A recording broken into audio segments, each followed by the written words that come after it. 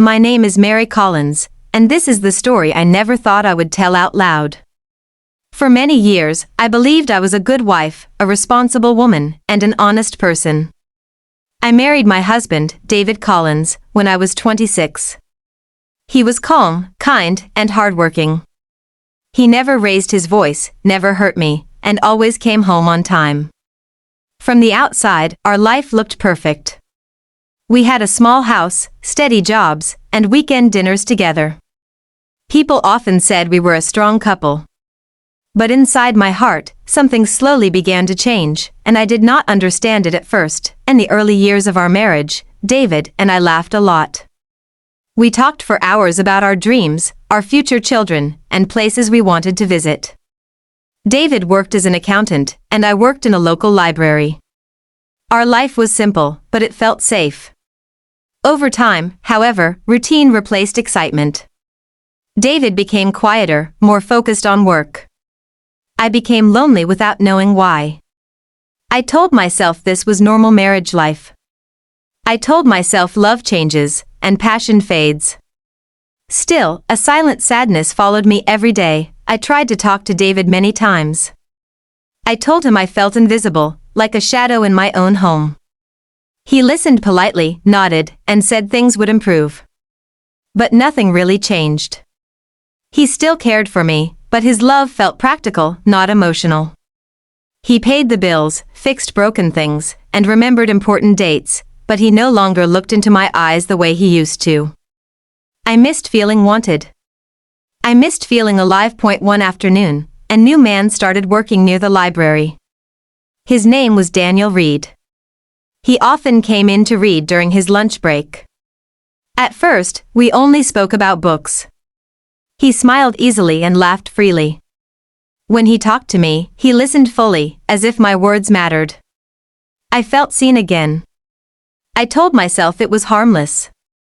Just friendly conversation. Just words. I did not stop to think where those words might lead. Weeks passed, and Daniel began coming every day. We talked about life, disappointments, and dreams we never followed. He told me he was divorced and lonely. I told him I was married but unhappy. That was the moment I crossed the first invisible line. I shared emotions that belonged to my husband with another man. Still, I convinced myself it was not cheating. There was no touch. No secret meetings. Only conversation. But my heart already knew the truth. One evening, David worked late again. I sat alone at home, staring at my phone. Daniel sent me a message asking if I was okay. I replied without thinking. That conversation lasted hours. I laughed, cried, and felt understood.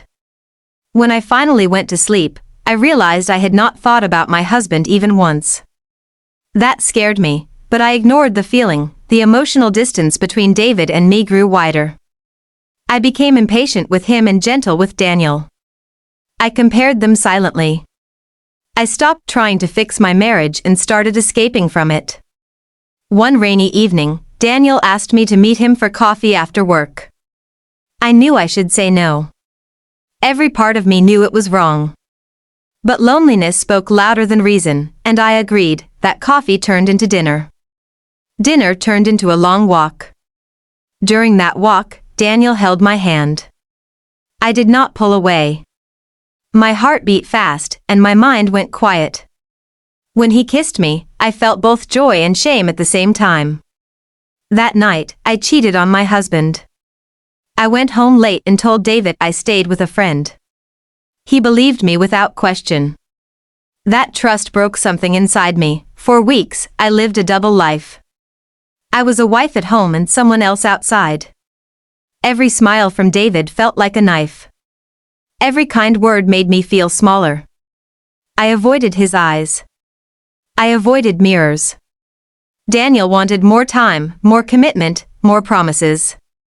I felt trapped between guilt and desire. I had made choices, and now those choices controlled me. One night, David sat across from me at the dinner table and asked if I was happy. His voice was calm, but his eyes were tired. I wanted to tell him everything. I wanted to confess and beg for forgiveness. But fear stopped me. I lied again and said I was just stressed. That lie hurt more than all the others. The truth came out unexpectedly. David found messages on my phone while I was in the shower. When I came out, he was sitting on the bed, holding my phone with shaking hands. He did not shout. He did not cry. He simply asked, "How long?" That moment broke me completely. I fell to the floor and told him everything. Every detail. Every mistake. David listened in silence. Then he stood up and walked out of the room. That night, he slept on the couch. The next morning, he packed a small bag and said he needed space. Watching him leave was the hardest moment of my life. I realized too late what I had destroyed. Not just a marriage, but a man who trusted me completely. Days turned into weeks. I ended things with Daniel immediately. What once felt exciting now felt empty and meaningless. I started therapy and faced my choices honestly for the first time. I learned that cheating is not caused by one moment, but by many ignored emotions and poor decisions. I learned that feeling lonely does not give permission to betray someone's trust. After 3 months, David agreed to talk. We met in a quiet cafe. He looked older, thinner, but calmer. He told me the pain had changed him forever. He said forgiveness was possible, but forgetting was not. I apologized without excuses. I accepted responsibility without blame. I told him I did not expect forgiveness, only the chance to become a better person. David asked for time. Months passed again. Slowly, we began rebuilding communication. Trust came back carefully, like fragile glass. Our relationship was different, quieter, but more honest. Some days were painful. Some days were hopeful. Healing was not fast, but it was real. Today, I share my story not to justify my actions, but to warn others. Cheating does not fix loneliness. It creates deeper wounds. Love requires effort, communication, and courage to face problems before they become mistakes. Betrayal leaves scars on everyone involved, especially the person who commits it. True love is not about excitement alone, it is about loyalty, honesty, and responsibility. When problems appear in relationships, silence and escape make them worse. Choosing honesty, even when it is uncomfortable, can save hearts from lifelong regret. If this video touched your heart or helped you learn English, please share it with others, and don't forget to subscribe to our channel for more meaningful English stories.